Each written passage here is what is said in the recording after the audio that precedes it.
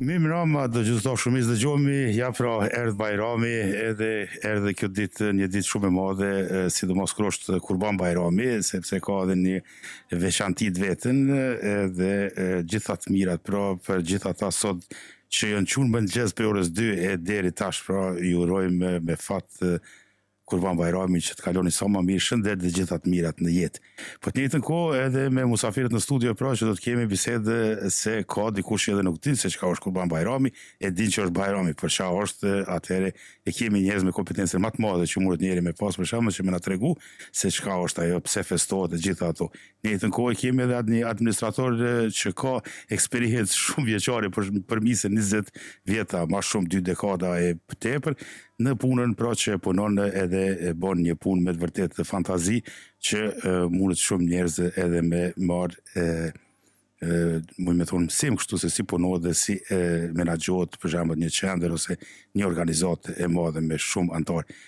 Panderë që jeni pranë studio, panderë dhe për Hoxh Beratit që është me neve, sot e ka pas një ditë ngarkume, ai bani Allah që ju kem thirr ditën më të madhe pra të Bajramit, Kurban Bajramit, pra na i thon Bajrami i vogël në shumicën e rasteve, do na jap shpjegim për këtë punë edhe Hoxha. Kështu që edhe unë s'pi marku atëre Hoxh e ki fjalën na tregon rreth kuptimit një sqarim për Kurban Bajramin, pra një rrim të festive për muslimanët anë mban botës. Bismillahirrahmanirrahim. Fillimisht falenderojmë Zotin fuqiplot. Selamet për shëndetje të ja dërgojmë pejgamberit tonë Muhammedit a.s. familjes, shokëve dhe pasuesve të tij deri në ditën e fundit. Faleminderit për ftesën, çdo herë është kënaqësi me qenë bashkë me ju në radio. Gjithashtu mos të harrojmë dhe mos të kalojmë pa shfrytzuar këtë moment, këtë çast që të gjithë shqiptarëve të besimit islam, kudo që janë ata, të u aurojmë festën e Kurban Bajramit, dhash Zoti që kjo fest të sjell gëzim, barësi tek çdo familje shqiptare. Sa i përket festës së Kurban Bajramit, fillojmë kështu fillimisht prej nga thënia e profetit Muhammedit a.s. që ka thënë se ne si besimtar muslimani kemi 2 festa, festën e Fitr Bajramit, që është Bajrami i madh e që në realitet festohet një ditë, dhe festës së Kurban Bajramit që i thonë është e njohur tek ne si festa Kurbani Bajrami i vogël, e në realitet që i ka 3 ditë. Po, kjo festa Kurban Bajramit, do me thonë dita e parë është sot, do të vazhdon nesër edhe pas nesër. Ajo që ka e dallon këtë fest është se në këtë fest pra bëhet therrja e kurbanit, e që daton qysh nga profeti Ibrahim a.s. që Zoti ka shpjeguar në Kur'an ndodhin se si ai ishte para një sprove të madhe për të sakrifikuar të birin e tij për kurban, dhe që Zoti Gjellëshanuhu kishte deshur pra që ta sprovoj, mirë po ajo ishte vetëm një sprovë nga se Allahu Gjellëshanuhu me pas sjell një kurban Ibrahimit a.s. të cilin pra e therr për kurban, mirë po vetëm se me sukses e kaloi Ibrahimi a.s. këtë sprovë që është e shpjeguar dhe prej atëherë do me thonë daton çështja e therrjes së kurbanit. Hoxh na tregon cilat prej kafshëve llogaritën për kurban, që mund therrën edhe të pranohen. Po, duke fillu nga kategoria me ullë që janë, do me thonë, delet, po. E me pas duke vazhdu tek kategoria pak me madhe lopët, dhe tutje kategoria me lartë që janë pra devet. Po, kjo ka plus një tash në dim se vetëm se më kemë kalu këtë proces ata që kanë bërë therrjen, Zoti ja pranof, sidomos për një jetën e bërë për ata persona që është bën jetë, por tash duhet ta pyes jetë mirë pa kaluar atë fazën e tij të lidhur pak me kurbanin. Jetë mirë, prafërsisht e din sa kurbana kam mbledh kësaj radhe qendra ju, se e dim që të bon shumë polla që durojnë kurbana prej qendrës, pastaj qendra i koordinon edhe me vendlindje, po edhe me qendra studentore, apo si shkon kjo procedurë? Pikëfari shpreh rastin që t'ju falenderoj stafin e Radio Rilindjes për ftesën dhe gjithashtu unë shpreh rastin që të ju uroj të gjithë besimtarëve musliman në festën e Kurban Bajramit. Sa i përket pyetjes, po kemi një pastirë, do të thonë ditës sotme, domethënë ku edhe kemi mbill vipsin për se prej pas faljes së Kurban Bajramit nuk mund të paguhet, nuk pranojmë pagesa për Kurban Bajram dhe deri më sot, domethënë pas namazit të xumës se kemi këshirë konton, domethënë është 144 kurbana, domethënë janë tubuar në qendrën tonë. 120 domethënë nëpërmjet Vipsit, pagesë me Vips dhe 24 janë nëpërmjet kontot. Dhe këto kuptohet normal, ne kemi bashkëpunëtorët tonë në vendlindje. Një pjesë e tyre shpërndahet tek Bashkësitë Islame, domethënë në Republikën e Maqedonisë, në Kosovë dhe në Shqipëri, dhe pjesa tjetër domethënë janë disa bashkëpunëtorë që merren poshtë organizata humanitare që e kemë përgjegjësi domethënë për të varfurit, persona pastre, jetimat e të tjerë. Këto janë domethënë kërkesa, po ju e dini vetë se bashkëpunimi ka qenë domethënë ndërsjellë. Këtu ne jemi shumë strikt në atë aspektin me shpërndarjen, domethënë duke marrë parasysh se edhe shtetin origjes duhet deklarojmë për shumën që tubohen edhe pse është një shumë që tubohet nga antarët dhe ajo shumë brenda 2-3 ditëve, domethënë vetëm se del nga llogaria jon. Po marrë parasysh ne kemi rajnskapsfërën edhe kemi revizorin shtetëror, domethënë që duhet japim përgjegjësi para statsforvaltit.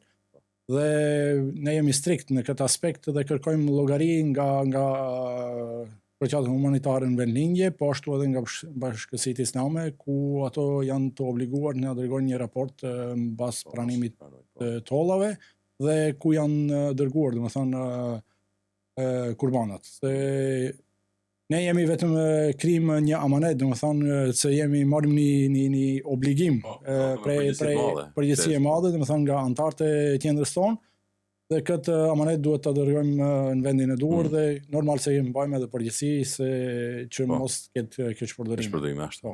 Jetë mirë, derisa kemi këtu ta vazhdojmë një pyetje rreth organizimit të kremtës së festës së Bajramit sot. Ju qëndroni shpesh mbrapa shpërndarjes mediatike. Si ka shku sot? Ka pasën mjaft antar, mjaft xhamat këtu? Po si gjithmonë, domethënë numri është i madh, domethënë në festat e Kurban Bajramit dhe edhe sot domethënë ka qenë xhamia përplot me antar. Ka qenë ditë pune, dikush nuk ka mundësi, ndoshta ne kemi pas disa kërkesa prej disa studentëve që sot ka qenë premte ku shumica e studentëve kanë pat provimet në përshkollë dhe nuk kanë pat mundësi me ardh. Po është një çështje që duhet me gjetë një mesatar, domethënë për faljen e kohës namazit, me gjetë një mesatar që ju përshtatet shumicës. E kjo gjithmonë ka, domethënë, ndoshta mos pajtim se dikujt nuk i kombinon me ardhë edhe shumë herët, dikujt nuk i përshtatet me ardhë edhe shumë vonë. Po ne gjithmonë jemi munduar me gjetë një orar, domethënë, mesatar. Atëherë të kthehemi pak te festa e Kurban Bajramit edhe ta shpjegojmë pak edhe ta mësojmë më mirë. Fjala Kurban Bajram është e huazuar nga turqishtja. Qysh e lexojmë tash në për këto Wikipedia këto që i shkruan dikush, për shembull se ti e shpjegoj mirë, është festa e flijimit që i bën në shqip, mirë, po na jemi mësuar ashtu edhe me siguri se do të vazhdojmë edhe tutje me thon Kurban Bajram. Po qysh i bën për shembull Kurban Bajramin në kalendarin, a shtyhet më përpara, më përmas tash vitin tjetër për shembull, a është 10 ditë më përpara, më përmas? Po, lëviz, dhe më thonë, e dim çdo herë që, sikurse Ramazani, çdo herë që jemi dikun rreth 12 ditë, prafërsisht çdo herë në lëvizje, ashtu edhe çështja e Kurban Bajramit lëviz po për aq ditë, nga se e dim, për shembull, kryerja e haxhit, ata që shkojnë në haxh para disa viteve kanë shkuar në muajin korrik, tash në muajin qershor, së shpejti do të vijë koha para pak viteve, do të vijë deri në muajin maj, kështu me radhë do të vazhdoj, duke shkuar drejt sezonit të dimrit. Do të thonë shkon ka sezona dimrit, jo përpara. Vitin tjetër i bën dikun në maj. 12-13 ditë në anën maj, që ta mësojmë këtë kalendarin. Po, që sa i përket edhe haxhit, bëje shumë me kremtën e Bajramit, sikur se kemi Ramazanin edhe përfundim rrumbullakësim e sipër e kemi tjetër Bajramin. Sa i përket haxhit këtu, dje kanë pasën ditën e Arafatit ata që janë haxh, domthon aty përmbyllet. Domthon përfundimi i gjithë asaj ceremonie për arritjen e gradës, domthon të haxhit, jo shtyllë e pesë në fe islame. Po, do me thonë, ajo që e karakterizon festën e Kurban Bajramit është edhe çështja e haxhit, shtylla e pestë e fesë islame, çështja e haxhit si obligim është pra në muajin e fundit, të kalendarit islamik, kalendarit hënor, muaji Dhul-Hijje, muaji i haxhit. Me këtë muaj, do me thonë, përmbyllet, tash jemi në fundin e pjesës së parë, do me thonë, në 10 ditëshin e parë të muajit të fundit të kalendarit islamik, pra muajit Dhul-Hijje. Dhe po, besimtarët musliman kanë qëndruar dje në Arafat dhe duhet pas parasysh, duhet ditë që Arafati është shtylla kryesore e haxhit. Pejgamberi a.s. në një thënie të tij ka thonë që haxhi është Arafat. Shtylla kryesore e haxhit është Arafati, ku haxhilerët kanë qëndruar dje tër ditën, duke filluar para lindjes së diellit, para namazit të sabahut, dhe kanë qëndruar deri në mbrëmje. Dhe ato do me thonë dihet edhe historikisht nga vetë jeta e pejgamberit a.s. Nga i vend, pra nga kodra Arafat, ka përcjell mesazhe shumë të forta, mesazhe vllazërore, mesazhe shumë domethënëse, që besimtarët musliman pra në të njëjtën kohë gjatë qëndrimit në Arafat e kujtojnë edhe atë ndodhi të profetit ton Muhamedit a.s. Kjo është ajo, do të thonë ajo e mira që është për haxh, që është ëndra e çdo muslimani që me një herë bile me një jetë me mri aty, po ka dikush që shkon edhe disa herë. Po.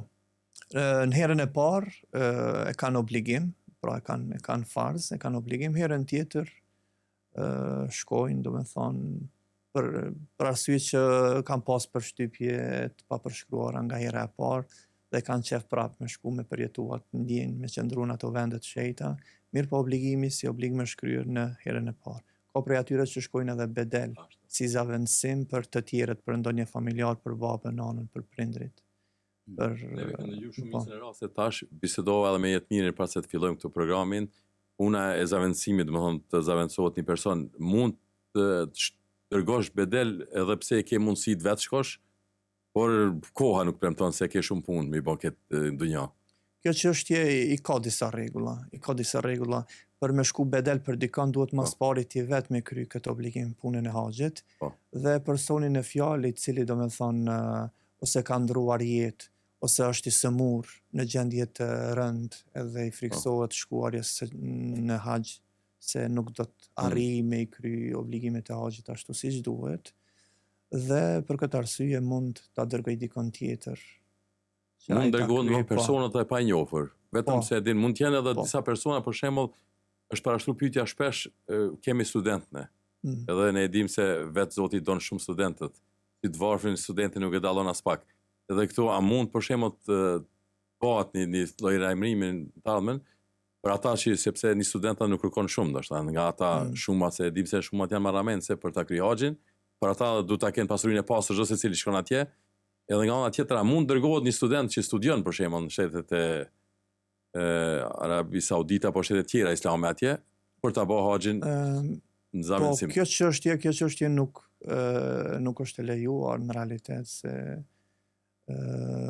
rregullat e shtetit saudis nuk u lejojnë studentave atje që të kryejnë haxh për dikon çka është në vendlindje, nga se vetë ata janë domethënë me vizë të studentit, janë me vizë të studentit dhe për me shku në haxh ti duhesh ta kesh vizën e haxhit, vizë speciale. Nga se në çdo hap, në çdo vend atje në ato vendet shenjtë, ati jenë në kontroll dhe kontrollohesh dhe ai me procedurë të rregull. Neve kemi dëgjuar disa raste ku për shembull këtë vit thonë mbi 290.000 agjilere janë kthy për shkak ose formën ilegale janë fut atje apo kanë dëshu vetë ushtria e Shteteve Arabe për shembull. A është lajm i rrem që është lexuar për media apo mund të jetë diçka që mund ndodhë kjo? Simbas atyre gjërave çka i kemi dëgjuar ne, duke po domethënë se ka qenë ngritje në realitet numri atyre që kanë shkuar nga brenda Arabisë Saudite, që të kryejnë haxh për dikon tjetër jashtë në vendlindje, dhe se cilëherë janë duke vendosur rregulla më strikte më. Sa qëndron njeri atje për shembull kur vjen, për shembull hera parë? Sa ditë ose sa jo? Zakonisht tek ne rreth 4 javë apo 5 javë. Mirë po ato obligimet e haxhit kryhen brenda disa ditëve, brenda 1 jave maksimum, dhe kohën tjetër e shfrytëzojnë për të vizituar xhamit, për të vizituar ato vendet që kanë rëndësi historike nga jeta e profetit dhe profetëve më herët. E kjo është ajo e mira që na çdo herë duhet më mësu sa më shumë, për që ato ekziston edhe imami, edhe teologi, edhe i kryen këto shkolla që na mi dit ose edhe mundemi haru dikush na shta dhe si din veç e kopjon dikon tjetër. Mas Kurban Bajramit edhe festës tash vjen edhe me një korik, është ndrohet viti. Dhe do më thonë vjen prej 1446, bëhet 1447. A është edhe ajo një ditë feste për shembull, a kremtohet? Po, fillimi i vitit të ri të kalendarit islamik, do më thonë kalendarit hënor, fillon me muajin Muharrem. Muajin Muharrem, do më thonë në ditë e parë e muajit Muharrem simbolizon kohën e shpëtimit të profetit Musa a.s. nga faraoni. Dhe po kjo ka një historinë e vete, ka një rëndësi si datë të madhe që thashtu do më thonë, se ato do më thonë nifet nga historia e pejgamberit a.s. se është edhe data kur profeti Musa a.s. ka shpëtuar nga faraoni, ndodhi ngjarje që është shpjeguar në detaje nga në Kur'anin familjar dhe nga pejgamberi Muhamedi a.s. Dhe është një hadith, një thënie e pejgamberit a.s. që thot kur ka shku dhe i ka vizitu do me thonë ato fiset jahudive që kanë qenë duke jetuar në Medinën kohën e pejgamberit a.s. Dhe kur i ka pas se ata po e agjerojnë ditën e parë të muajit Muharrem, u ka thënë atyre se ne kemi më shumë hak dhe të drejt të agjerojmë këtë ditë se dhe ne kemi Musa a.s. si profet që Allahu xhaleshanu pra ka shpjeguar dhe ka folur rreth tij në Kur'an në shumë sure. A festohet për shembull, a ka një manifestim kësaj ose një shaj? Jo, vetëm do me thonë është e regjistruar në histori si një ngjarje ndodhi, shpëtimi i profetit Musa a.s. nga faraoni i Egjiptit, dhe është sunet praktike pejgamberit që ajo ditë agjerohet. Po tash po kalojmë pak te jetë mirë, Alush, ta pyesim rreth asaj që tha në fillim ti. Ke qenë, domethënë, ndoshta prej atyre që ke punu mas shumë në organizimin, administratën edhe mund të themi themelimin e gjithë këtyre punëve që janë bërë në kuadër dhe ndërtimit kësaj qendre. Po na tregon për shembull edhe për neve edhe për dëgjuesit se si është organizuar qendra. Domethënë pa ka staf në kryesi, cilat role janë, sa borde kemi? Jo, me tush, nuk kisha dashur të them se jem i vetmi që kam kontribuar. Na njohim dy se kemi bosh 3 dekada që jemi këtu, Alushi ka 4, ne i dojmë 2, i përshëndesim 2 ata që kemi pas. Ma herët se është, domethënë, unë e di edhe se gjenerata prindët tanë, domethënë kanë dhënë kontribut të jashtëzakonshëm ku edhe e kam patë edhe prindin tim në staf më herët. Nuk e vazhdu. Kemi vazhdu, dhe këtu ka shumë persona, domethënë gjeneratës më të vjetër, domethënë që meritojnë lëvdat për kontributin e tyre, dhe normal edhe ne kemi vazhduar rrugën e tyre dhe jena mundu që të japim maksimumin, edhe duke ditur se është një çështje vullnetare, domethënë çdo secili nga na mundohet të vullnetarisht të jep kontributin e vet. Stafi, domethënë kryesia e qendrës, me sa di unë nga general fashëmringi i fundit domethënë që ishte, janë 13 persona, ku në staf domethënë ka diku 30 apo 40% janë gjinisë femrore. Dhe kjo është një ndër kushtet që e kërkon edhe shteti norvegjes. Në këtë aspekt, falë domethënë kontributit, interesit, ne jemi xhamia e parë shqiptare që në kryesi domethënë kemi edhe të gjinisë femrore. Pastaj është sektori i motrës muslimane, domethënë që merr me aktivitetet e veta, që ka të bëjnë domethënë me motrët muslimane. Kanë tubimet e tyre, takimet e tyre, ligjërata, lexim Kurani e shumë aktivitete tjera. Pastaj është sektori i rinisë që po ashtu merret me aktivitetet e tyre, domethënë grumbullohen te qendra, shiqojnë futboll, PlayStation, bile dhe ju bëj ftesë që nesër të vinë tonë te qendra pasi luan futboll Shqipëria me Serbinë në ora 7 në Mosgabosha dhe do të ketë një takim këtu me rinin, do të jetë prezent edhe imami dhe ju bëj ftesë që të vinë rinia, domethënë që ta shfrytëzojnë rastin dhe shiqojmë me futboll bashk. Edhe merrem me aktivitete ndryshme, domethënë sektori i rinisë kanë domethënë financat e veta, pasi që kërkojnë me ndihmën e disa personave, domethënë në komunën e Oslos apo diku tjetër. Këtu kemi të përfshirë dy gjenit. I kemi domethënë edhe vëllezërit dhe motrat tona që janë domethënë aktivitet përfshirë në aktivitete ndryshme. Po. Kanë domethënë me sa di unë ditët e diela futboll organizojnë shtunave. Shkojnë domethënë në hit tyr, kanë aktivitetet gjatë dimrit dhe aktivitete tjera gjatë verës, domethënë ka aktivitete të mjaftueshme. Po. Edhe nëse ka ndonjë person i ri që nuk ka njohuri, domethënë dëshiron të kiçet, ka një ide për një aktivitet është mesare. Mundësit janë ashtu. Mundësit janë. Dhe djele shkolla që i kemi, shkollën Shqipe dhe shkollën Mësimbesimit. Po. Jesë një kraj djathtë, domethënë është edhe kjo radiolinja ku jemi na me studio këto të hymit nder. Plus xhamati mrekullueshëm që e keni përpranishëm për çdo organizim, për çdo takim apo çdo aktivitet që bëhet. Jetë mirë sa është e lodhshme kjo punë për ty, derisa ne e dimë që ti ke në funksion edhe një përgjegjësi edhe jashtë këtij objekti, kësaj qendre të madhe që e kemi këtu. Po, me tush ne jemi domethënë si çdo secili prej nesh, ne jemi varur domethënë nga një punë tjetër që për të mbajtur familjet tona dhe normal çështjet e punës e xhamisë domethënë mundon të bëjmë gjatë kohës së lirë. Mirë po, është një përgjegjësi, domethënë nëse shkojmë në atë aspektin nëse i marrim përgjegjësi domethënë ashtu siç duhet, dhe t'i krijmë detyrat tona dhe obligimet, se unë edhe pse nuk jam për momentin stafi kryesisë, kam qenë kryesi më herët, e di çfarë përgjegjësi e kam. Tash janë domethënë vëllezërit tonë, shokët tonë që janë kryesi dhe ka një përgjegjësi të madhe, pasi që xhamati apo antarët në mbledhjen e përgjithshme të zgjedhin që ti përfaqësojsh.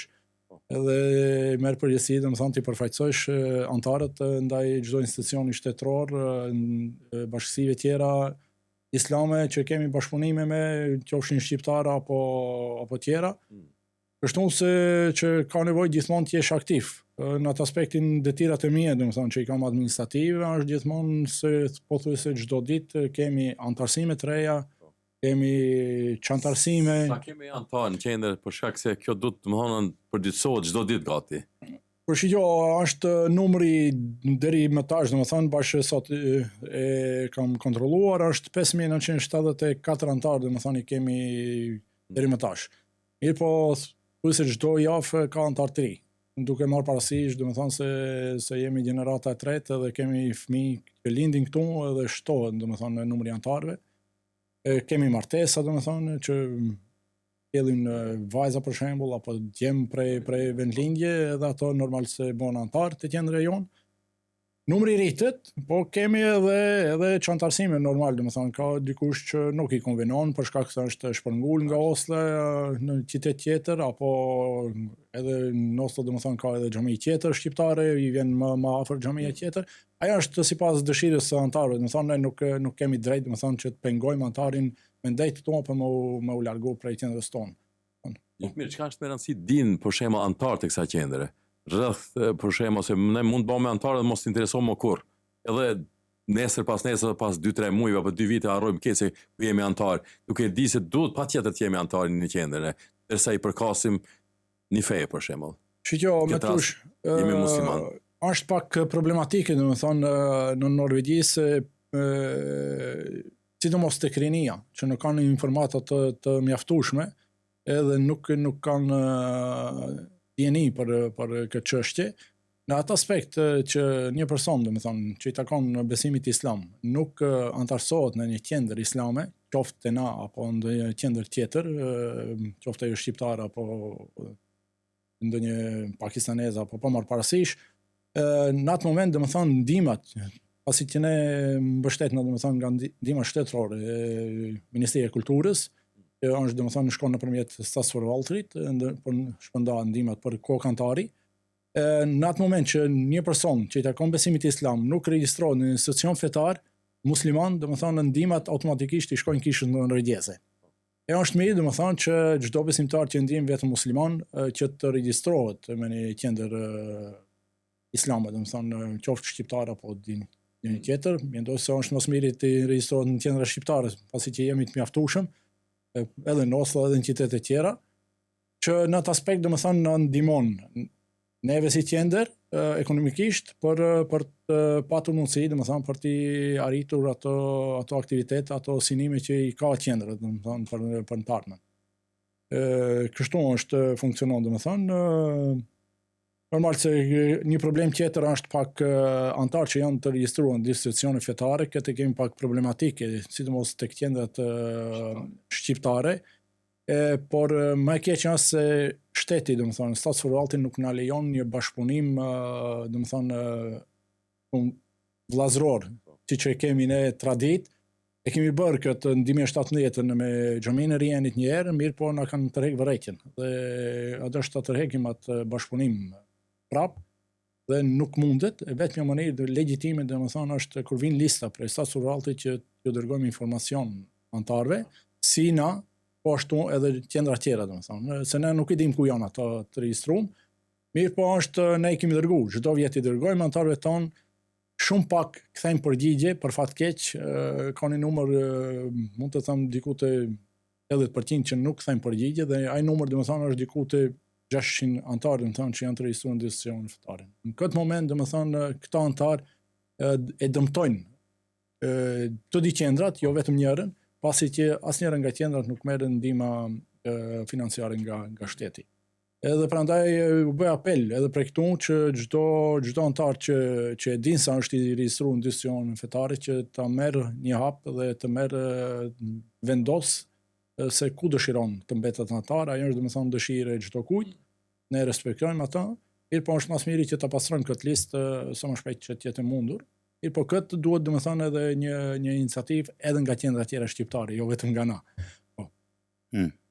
Po mirë, Jasmir, kjo ta shpjegojmë që është antarësimi, për shembull se ka rëndësi, se ka raste që edhe ne kemi pas, po edhe ju edhe plot tjerë, se ka raste për shembull që kur vjen puna, muj me thonë kështu për shembull rast vdekje, edhe nuk janë të regjistruar, nuk janë kurrë antar, edhe mesin, do të thonë nuk din procedurën, nuk din te kush më lajmëru ç'a më bë, se tash është ajo procedura për shembull që duhet me përcjell të ndjerin ose të ndjerin.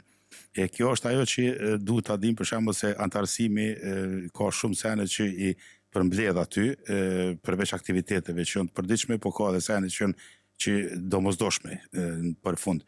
Për me bas, ka dikush që është antar, po duhet me di se është edhe një pjesë që është pjesa e kufomës, do me thonë, shpjegona pak këtë pjesën se ç'është funksionon kjo. Po, patjetër. Ne kemi, do me thonë, shumica e bën një ngatresë, do me thonë, antarësim dhe fondi kufomës. Sa i përket antarësimit në institucione fetare, do me thonë, antarësimi është falës. Do me thonë, pasi që ne financohen nga shteti, edhe antarët nuk paguajnë për momentin, përderisa financohen nga shteti, kjo mund ndryshojë, do me thonë se çdo vit është duke u bërë më strikt ky aspekt, u bisedohet edhe që kisha norvegjeze të ndahet prej shtetit dhe mos financohet nga shteti, në atë moment që ndahet kisha norvegjez, domethënë ndërpritin edhe ndihmat për xhamia, domethënë për qendrat fetare islame. E deri në këtë moment domethënë është të funksionuar mirë, po në të ardhmen nuk i dihet. Edhe domethënë është fondi kufamës. Fondi kufamës është një fond vullnetar, nuk është i obligueshëm, është vullnetar që duhet paguhet. Domethënë për momentin është 300 krona për antar mbi moshën 18 vjeçare dhe 150 krona është për fëmijë ndër moshën 18 vjeçare. Dhe kemi domethënë një shumë për që i dedikohet mysafirëve. Për shembull, nëse donjëri prej nesh e bën prindet në Norvegji për një kohë të shkurtë, 2 muaj apo 3 muaj, deri në 6 muaj vlen ajo, domethënë pagon 1500 krona, ajo vlen deri në 6 muaj, dhe në raste kur antari paguan fondin e kufamës rregullisht, domethënë kjo është si një lloj sigurimi norvegjez, domethënë reiseforsikring apo sigurime tjera. Vitin e parë domethënë mbulon 10%, vitin e dytë 25% e kështu me radhë, nëse paguan 5 vite radhazi edhe vazhdon ta paguash, atëherë e shfrytëzon drejtën e shfrytëzimit, e fiton drejtën e shfrytëzimit të fondit, domethënë 100%. Edhe në rast tekje, qendra jon domethënë i mbulon shpenzimet në qoftë se bëhet për shembull varrimi në Norvegji ose transportimi, pasi që ka familje që dëshirojnë kufama të transportohet për vendlindje, qendra e merr përsipër domethënë transportimin deri në aeroport, qoftë në aeroportin e Prishtinës, Shkupit apo Tiranës. Ne mbajmë përgjegjësi domethënë për pagesat deri në aeroport. Pastaj atje në vendlindje ne nuk marrim përgjegjësi se nuk kemi bashkëpunim domethënë me sistemin atjeshëm, pasi mbaret se ka disa që vinë nga qytetet, disa nga fshatët, secili ato ka ato rregullat e veta, dhe ne nuk mund të mbajmë domethënë përgjegjësi për ata. Edhe siç e theka, fondi është vullnetar, mirë po ne çdo antar që regjistrohet, ne ju dërgojmë një vërtetim me shkrim, atest që është pranuar dhe është regjistruar, domethënë, edhe njëkohësisht që dërgojmë edhe faturën e fondit kufamës, ku shkruan faturën e fondit kufamës se është fond vullnetar. Ata që dëshirojnë të paguajnë, ato që dëshirojnë se paguajnë në brenda vitit ju dërgojmë rikujtesë, se dikush ndoshta e fut në arrest. Mirë, po ne nuk i dërgojmë pyringër, domethënë nuk dërgojmë inkasovashlir se nuk kemi drejt, pasi që është një fond vullnetar. Mirë, po unë personalisht ju preferoj çdo antari domethënë që ta paguajë, pasi që është në përfitim të antarëve tanë. Edhe ne kemi bashkëpunim me Begra Velses Biron, domethënë Alkidmat, që kemi pa bashkëpunimin shumë gjatë, edhe janë shumë sinqert, domethënë edhe antarët në raste të tilla ku në shumicën rasteve merr edhe hoxha është prezent, domethënë janë dalë shumë të kënaqur. Edhe aty kemi fatin që punon një ish imami jon, domethënë Erxhan Sadiku, që ka qenë imam i maheshëm në qendrën tonë, ai punon aty dhe i merr përgjegjësi, domethënë rasti i fundit për fat keq tash rrugës për në radio, domethënë ndodhi një rast i fundit më i ri, domethënë i vdekjes, një person antar jon që ka ndruar jetë, dhe unë personalisht duke ardhur rrugës, domethënë kontaktova Erxhanin edhe lajmërova dhe procedurën domethënë e krin Begra Velses Biroja. Prej na deri në zh, domethënë antarët lejon nga kjo obligim, e vetmi është me ja dhënë drejtën domethënë një fullmakt i thunë Norvegji, biros edhe ato ecën procedurën me dokumentin polici, spital, biletat aeroplanit nëse transportohet për vendlindje kështu me radhë, ose këtu. Edhe vetëm e caktojnë datën, terminin, domethënë se kur do të varoset, edhe ne normal lajmërojmë nëpërmjet mjeteve sociale ata që dëshirojnë me marrë pjesë në parim. Vetëm dësha të ceki se ma parashtrove pjeqin në persona që nuk janë antarë, domethënë të qendra jonë, dhe na thirin dhe nuk dinë se çka të bëjnë. Ne ju ndihmojmë.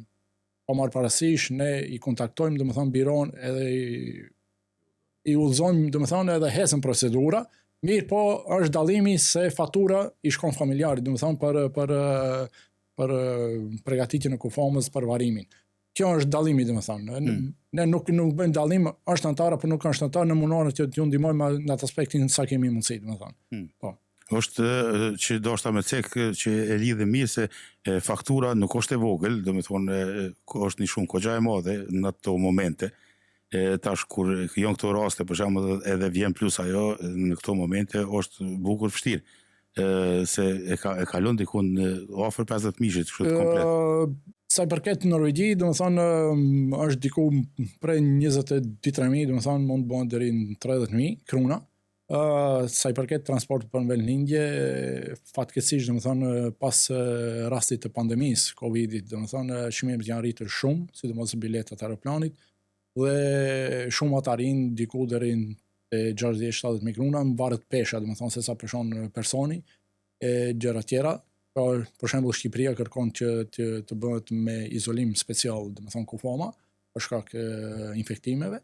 Kosova dhe Republika e Maqedonisë së Veriut, domethënë nuk e kërkon atë. Po varet, tash rregull, secili shtet i ka ato rregullat e veta.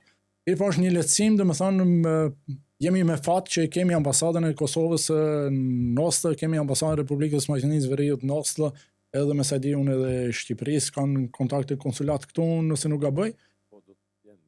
Po, këto domethënë i krijin biroja krejt, domethënë që është një lehtësim shumë i madh për anëtarët e familjes. Ja bëjmë një pyetje hoxhës në lidhje me punën e kufomave dhe rasteve vdekje. Janë raste piklimi, po ja që mirë që po i bisedojmë këto, sepse tash kur fillon të mushet Oslo me rrethine dhe Norvegjia me gjeneratën e tretë, do të thotë gjenerata e parë gati është për të na ikë dhe kanë ikë shumë prej tyre. Gjithë ata që kanë kontribuar zoti shpërbleft, sidomos për këtë qendër që kemi pasur dhe kemi sot, po vazhdojmë ta mbajmë gjallë, domthonë ta mbushim prapë me njerëz edhe të kontribuojmë. Por na tregon tash varrimi i atyre personave që ndoshta prej dëshirës tyre nuk kanë qef varrosën këtu, por varrosën këtu. Edhe kemi një shumicën e raste thonë kanë bërë gabim. Jashtë ka bën fëmia, nuk e çuan babën në vendlindje. Kem dëgjuar prej xhallarëve që thotë toka është e Zotit, pa marrë parasysh ku varroset. Na jep një këshill këtë drejtim këtu që ti sqarojmë disa punë, që ta ketë malet ndoshta edhe të miri me gjithë anëtarët. Në realitet në kohën e fundit, për ndryshe prej kohës më herët, nga ajo që kemi dëgjuar nga njerëzit, nga ajo që na kanë treguar, më herët kanë hezituar me bë varrimin këtu. Mirë, po tash në kohën e fundit pothuajse u bë ma normale dhe ma e pranueshme pothuajse për secilin dhe ne jemi këtu dhe i dim rastet në qendër këtu që ka marrin pjesë në përvarrime dhe një numër i madh i antarëve tonë, adhetarëve tonë që jetojnë këtu, janë të varrosur këtu dhe varrosen këtu. Duke dalluar nga ata, domethënë se kemi varreza apostafat muslimane. Po e vërtet, tek varrezat e përgjithshme që janë këtu, është një pjesë e ndame për varrezat e muslimanëve brenda varrezave të përgjithshme ku janë atje. Në aspektin fetar ajo është nuk ka ndonjë peshë të madhe. Ajo që ka lund rol dhe që lund peshë është njeriu sa të jetë gjallë, punë veprat e mira që ai kryen sa është i përkushtuar në fenë e Zotit, ndaj obligimeve të Zotit e kështu me radhë. Ndërsa varrimi pothuajse është një jetë dhe nuk ka ndonjë peshë të madhe. Një pyetje pak për jetëminë tani, kur e cekën në fillim tha ka shumë dëshira apo propozime, ide prej xhamatit apo antarëve që gjendet një kohë e përshtatshme, sidomos kur i kemi në pyetje dy bajramat tonë. A ti lidhëm me namazin e sabahut, apo ta bojmë mes dikun, apo ti afrohemi namazit kur sot që e kem pas ditën e xhumë, me ja pas afru dikun afër ditës xhumë, se dim tani këto komunitete tjera muslimane që i kemi në Norvegji, nga përkatësi kombëtare tjetër, jo shqiptare, bojnë organizime të përbashkëta, sot kanë pas këtu në qendrën e Oslos, kanë festuar dhe kanë falë bajramin në ora 11. Edhe pas faljes kanë festuar një kohë aty një gjysmore, edhe kanë ftuar gjithë ata që kanë marrë pjesë në ceremoninë e faljes së bajramit, nisën drejt xhamive për ta falë edhe xhumon. Neve duke ditë nga ajo se mirë tha Lushi dhe hoxha dje, ka ndoshta pak aromë bajrami apo edhe aromë Ramazani apo aromë feje mas mirë, sepse i nim ezanet çdo ditë, nga çdo anë, nga çdo cep i vendeve tona që ku jetojmë, edhe plus është ditë shtetërore, njëra prej festave, domethënë edhe të bajramit, kështu që kanë ditë lirë, e morin gjithë lirat, domethënë është ajo, po këtu tek ne mund ta morin nxënës e shkollave, kurse punëtorët kanë pak më problem. Ose ka të baje me ndonjë administrat apo punë që kogja, domethënë nalën mendohen mirë këto nërvegjes, atë japim pushim apo jo, duke mos i përfshin ata që kanë kompanitë veta private.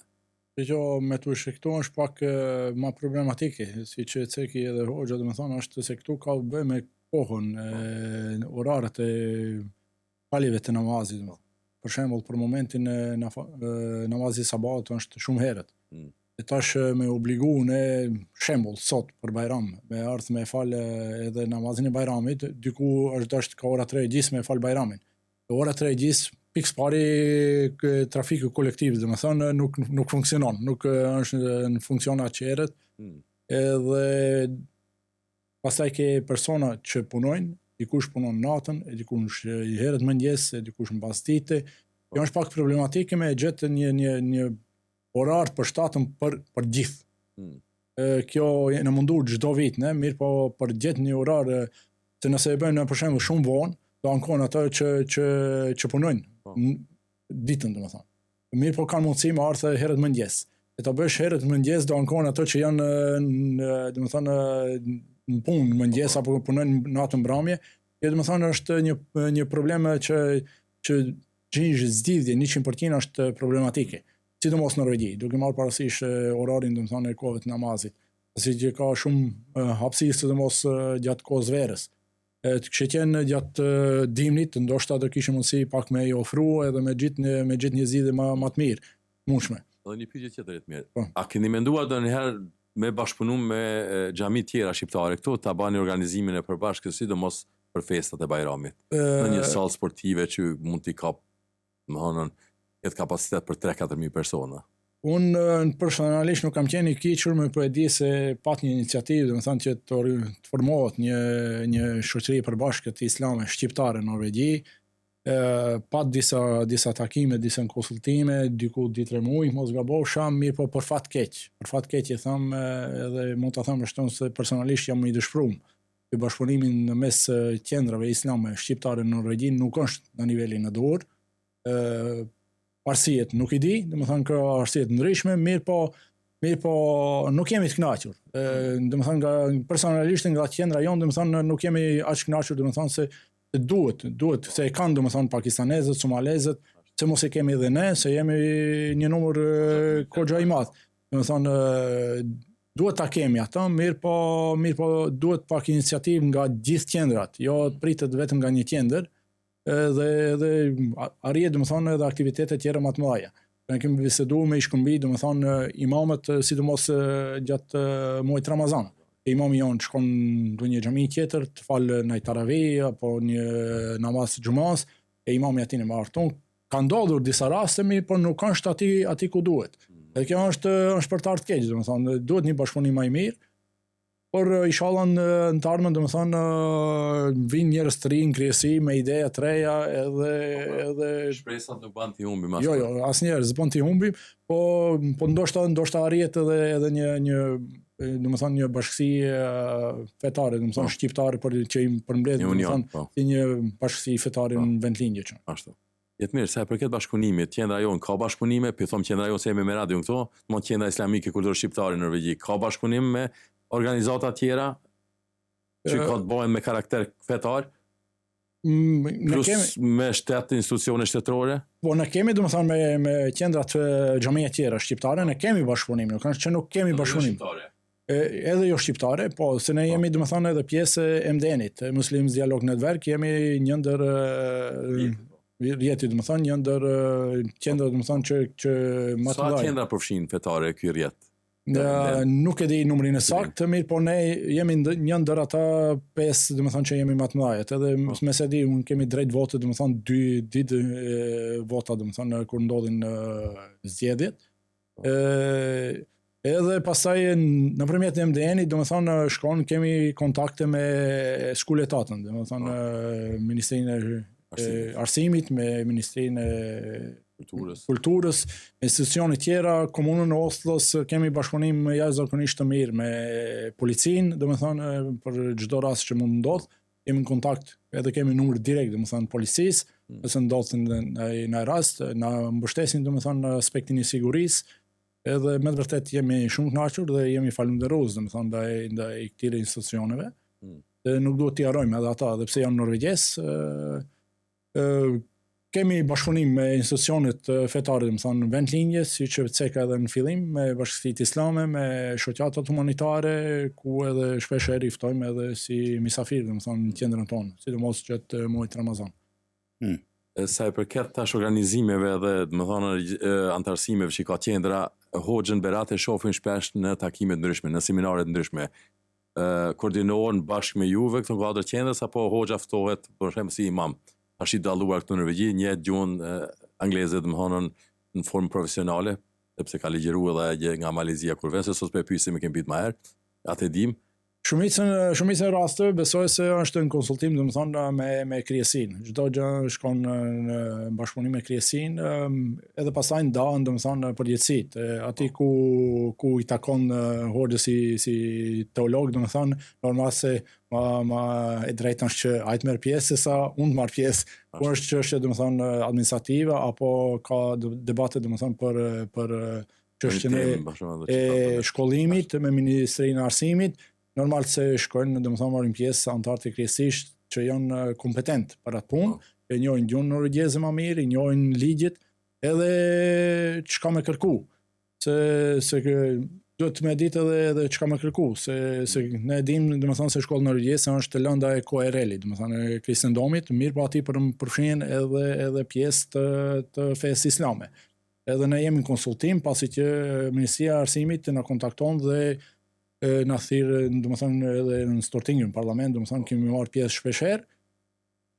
Çfarë ndryshimesh është e nevojshme me bën domethënë në Atlant, për që duhet me i pas parasysh dhe me i marrë domethënë me i fut në lëndën e KRL-it, në aspektin domethënë që i takon në fesë islame. Se këto janë domethënë të rëndësishme dhe dëshiroj ta potencoj domethënë se shumica, sidomos tek rinia është pak një keq informim domethënë se mos e shohin qendrën si vetëm një faltore, që falen vetëm 5 vakte kohë namazit, domethënë edhe asgjë më tepër. Unë ju e dini domethënë se këtu funksionon dy shkollat, shkolla shqipe domethënë në Infrashi, mësojnë fëmijë ditët e dielave gjuhën shqipe, kjo është shumë e rëndësishme, sidomos për fëmijët që kanë lindur këtu, po është edhe shkolla e mësim-besimit Ursia, ku patëm fatin domethënë me një qershor 15 nxënës të shkollës Ursia në përfundimin e leximit të Kuranit, një manifestim shumë i mrekullueshëm, ku edhe falenderojmë prej këtu edhe teologën, domethënë Ermize Shabani, që ka punuar bashkërisht me imamin edhe mësimdhënësit si tjerë që janë kolegë tjerë që i kanë shkollën si mësimi. Kjo është domethënë një punë shumë e madhe që duhet ta falenderojmë dhe ta vlerësojmë domethënë, sidomos ne që fëmijët tanë kanë lindur këtu. A ka sfida e qendër, dhe çka si administrator ne dim që ti nuk qëndron te paret, apo te gjitha ajo financë ekonomike që e ka qendra, por çka si sfida janë për shembull që përballon apo përballet për momentin qendra? Normal se çdo qendër, çdo punë ka edhe sfidat e veta. Edhe qendra jonë domethënë ka sfida në aspektin ekonomik, ka sfida në aspekte tjera. Domethënë ne dim se kjo qendër ndërtu para disa viteve për shembull, edhe i ka bën disa vite, është mirëmbajtja e qendrës që është një kosto, domethënë për çdo vit domethënë rritet kostoja, edhe duhet ta kemi parasysh, sidomos stafi që bisedojmë, duhet ta kesh një staf komplet që i parashek këto gjëra, se me të vërtetë ne nuk mund të shfrytëzojmë gjitha tollat në aktivitete, duhet të kursejmë edhe për mirëmbajtjen e qendrave.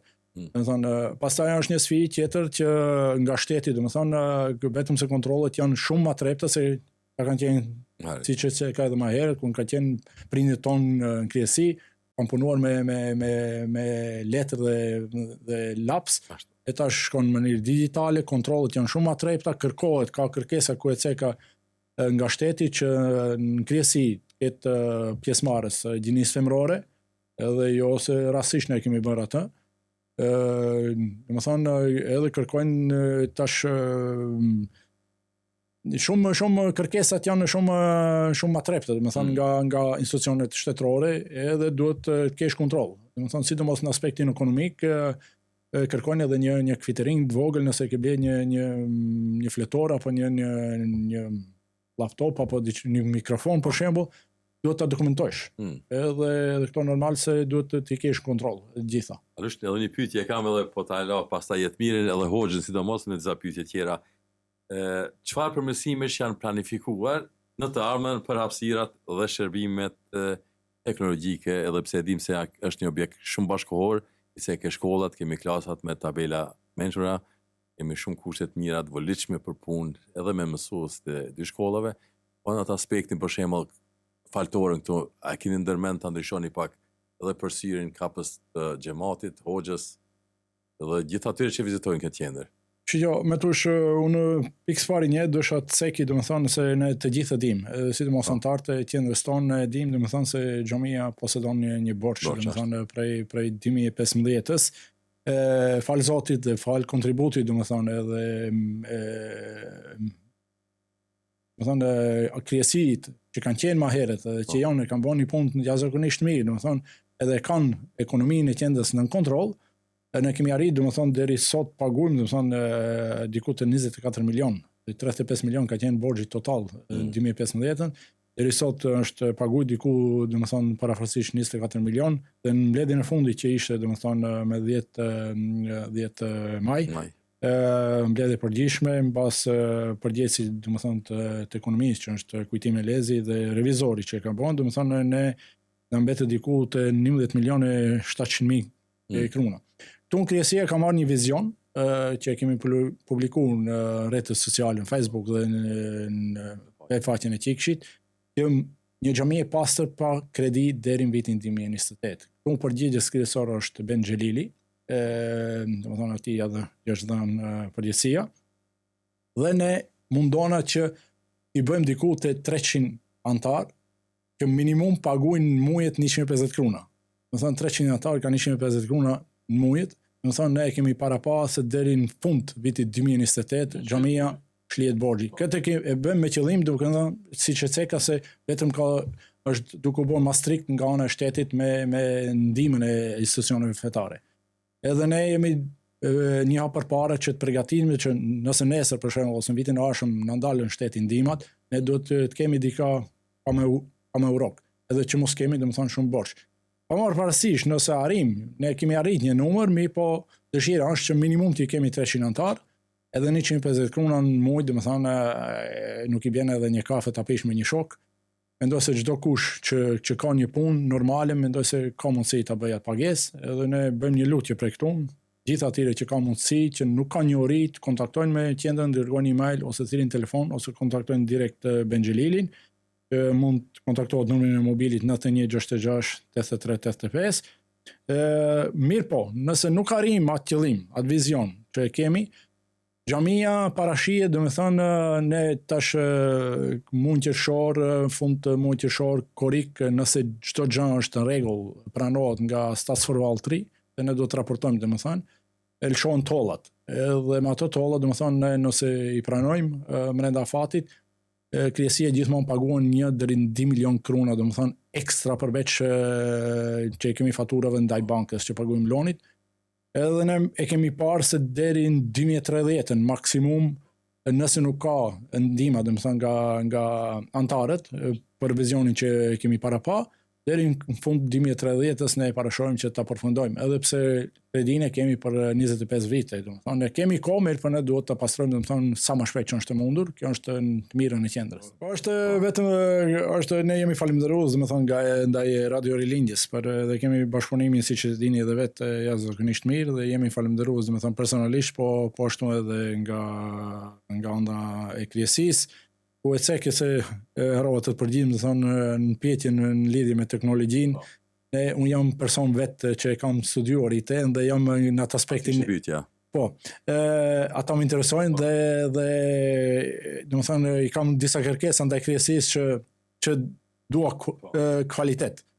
Edhe kanë qenë domethënë smart boarder që i kemi blet më herët, mirë po kjo është mbaret tash bashkë me ekonominë, domethënë investime do të bëhet, ndryshime brenda në qendër, janë para pa, domethënë i kanë marrë disa çmime, edhe brenda një kohë të shkurtër mendoj se do të ketë disa ndryshime, domethënë lirjen e xhamisë, disa ndryshime me hutbën e ku ta di çfarë. me ndryshimin do të ketë po ashtu disa ndryshime, mirë por kjo do t'ja lëm kohës, se kjo është një detyrë dhe obligimi i kryesisë. Normal se edhe në aspektin teknologjik, ne kemi mbikëqyrjen e xhamisë, domethënë 24 orë, edhe jemi mundu vetëm kamerën, kam biseduar edhe me Alushin, kamerën për live streaming, domethënë do të mundohena që ligjëratat e ditës premte ti dërgojmë live. Mirë po kjo varet krejt të koha e lirë, domethënë jona, edhe tash pasi që afrohen edhe pushimet verore, domethënë pak koha është kufizuar. Interesi aty punëve më harrohen ndoshta për shkak se fillon ajo, thonë ferie modus. Shkojmë të mbushim bateriet një herë me pushime dhe pastaj do të bëjmë edhe aktivitete tjera. Po. Që aty do isha më lidhur ne që për shembull ku bisedum pak më herët kohat e faljes, për shembull jo të festave, po të përditshme, sidomos të premteve. Me bisedu, për shembull Berat, nëse është mundësia të jetë në live streaming, po thojmë tash, se e di që jetë mirë punon këtë kohën që me gjegjat kvalitetin edhe mënyrën, për shembull që sa ma letë dhe sa ma mirë me pas xhamati, a është mundësia për shembull që në pjesët e premteve po folim, ata që nuk mundën më ardhë, nuk kanë mundësi edhe me ju bashkangjit në qatë kohë që deri sa kryet për shembull falja këtu, ata me bo aty ku janë.